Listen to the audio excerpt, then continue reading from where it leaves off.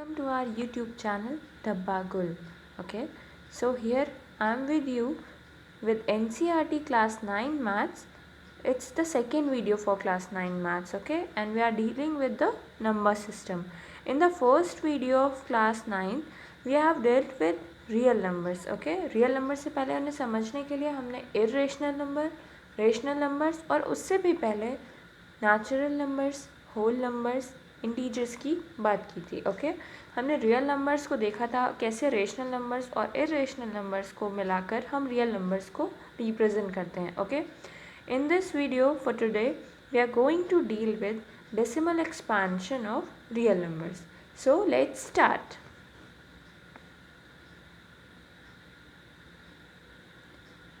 Here we'll also explain how to visualize the representation of real numbers on number line, okay, using their decimal expansions. Since rationals are more familiar to us, so let's start with them. देखो यार, real number को हमने last time definition तो देखी थी पर हमें ये उतने क्लियर नहीं हुए थे. ओके, तो आज हम उन्हें और क्लियर करने के लिए रेशनल नंबर्स की हेल्प लेंगे, क्योंकि देखो यार रेशनल नंबर से हम बहुत ज़्यादा फेमिलियर है. रेशनल नंबर क्या होते हैं? Those number which can be represented in the form of p by q where q is not equal to 0. और इरेशनल नंबर क्या होते हैं? Those numbers which can be represented in the form of p by q where p and q does not follow this relation. Okay, so let's see. अभी हम पहले हम rules देख लेते हैं, फिर उन्हें एग्जाम्पल्स की हेल्प से इनके एक्सपेंशन को और समझने की कोशिश करेंगे. और हाँ, एक बात और, जिन भी लोगों को रियल नंबर्स क्या होते हैं, रेशनल नंबर्स क्या होते हैं, इरेशनल नंबर्स क्या होते हैं, ये कंसेप्ट क्लियर नहीं है, लेकिन watch my previous video for various classes. Okay, उनमें मैंने इन्हें बहुत क्लियरली एक्सप्लेन किया है, क्योंकि जब तक आपको इनका कंसेप्ट क्लियर नहीं होगा आप आगे की रियल नंबर के एक्सपांशन को समझ पाने में आपको इश्यूज़ होंगे. ओके, सो आप जाकर पहले वाले वीडियोस को देख लो और फिर इन वीडियोस को देखना. ओके, सो लेट्स सी. देखो यार, ये एग्जांपल है. पहले हम स्टेटमेंट, हम रिजल्ट क्या है, हम रिजल्ट से शुरू करते हैं. ओके, तो रिजल्ट क्या बोल रहा है? रिजल्ट देखो, ठीक है, रिजल्ट कह रहा है, रिजल्ट क्या कह रहा है आइए देखते हैं. ओके, सो चलिए, ये कह रहा है कि on division of p by q. देखो हमने कहा था ना, हम रेशनल नंबर हमें ज़्यादा फेमिलियर है तो हम उससे ही स्टार्ट करते हैं. रेशनल नंबर क्या होते हैं? Which can be represented in the p by q form where q is not equal to 0. ठीक है ना, ये रेशनल नंबर होता है ना. तो चलो अब देखो, इसको मैं जूम करती हूँ. अब देखिए, on division of p by q two main things happens. Okay, पहली थिंग क्या होगी जो होगी? either the remainder becomes 0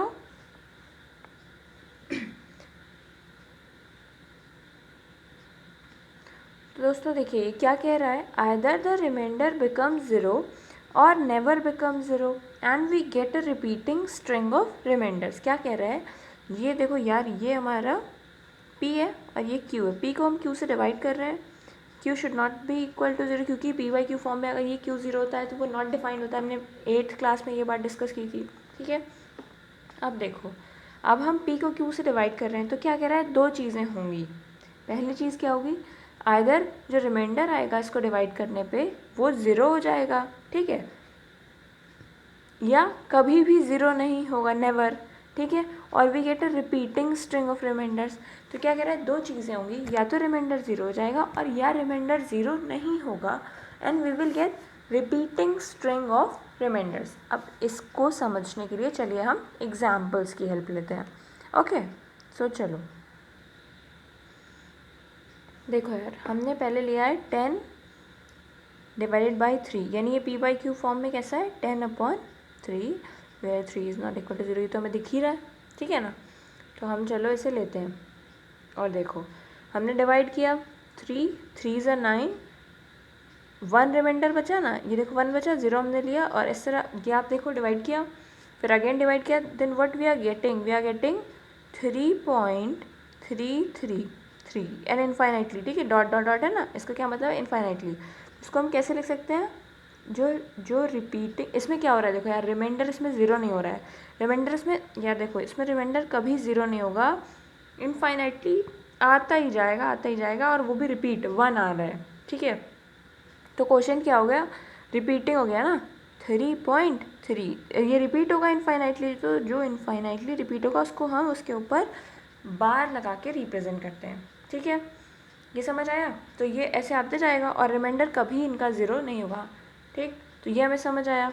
चलो अब दूसरा एग्जाम्पल देखते हैं, ठीक है। अब ये वाला एग्जाम्पल देखो, क्या है ये, 7 डिवाइडेड बाई 8।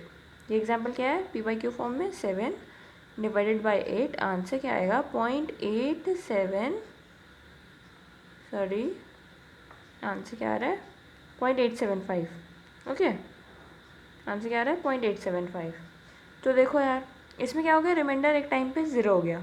हमने बोला था दो तरह की चीज़ें होंगी जब P/Q फॉर्म में लिखेंगे और where Q is not equal to zero, तो पहली चीज़ ये होगी कि रिमाइंडर या तो ज़ीरो हो जाए, यार ज़ीरो हो गया। दूसरी चीज़ ये कि रिमाइंडर रिपीट होते रहे, 1 1 1 आते रहेगा, ठीक है। ये दो चीज़ें हुई। एक और एग्जाम्पल देख लेते हैं, ये है 1 डिवाइडेड बाई 7, तो इसमें भी यार रिपीट ही हो रहा है, ठीक है, रिपीट ही हो रहा है, देखो, ठीक है ना, इसमें भी रिपीट हो रहा है। तो अब हमें क्या पता चला, हमें पता चला जो हमने नीचे स्टेटमेंट देखा था ना 8/7 है ये, ओके, और एक क्या है 1/3, ओके। तो हमने देख लिया, हमें समझ आया ये। चलो अब हम इस बात को अब पढ़ेंगे। अब ये स्टेटमेंट क्या कह रहा है, देखो ये स्टेटमेंट कह रहा है व्हाट हैव यू नोटिस्ड।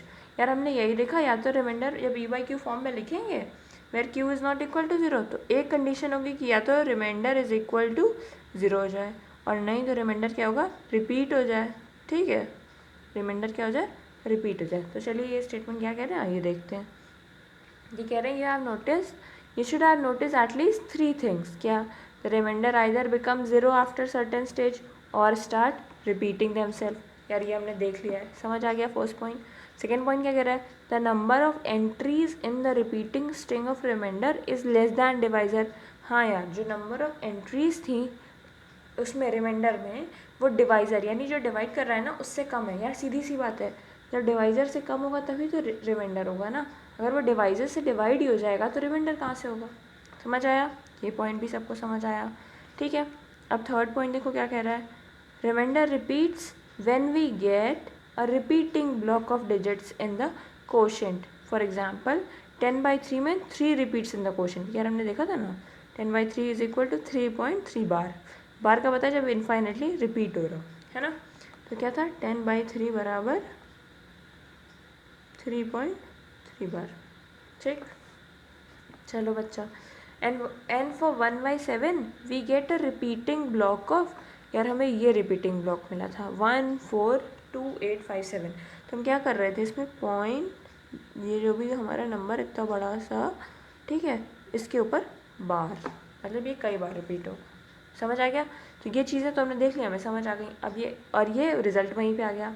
ये फिर से हम जहाँ से हमने स्टार्ट किया था कंक्लूजन पे हम वहीं आ गए। Although we have notice this pattern using only examples, लेकिन it is true for all rationals in the form of P/Q। हमने ये 3 एग्जाम्पल देखे हैं, 10/3 का देखा ना, 1/7 का देखा और 8/7 का देखा, ठीक है ना, सॉरी 7/8 का देखा ना, ठीक है, समझ आया।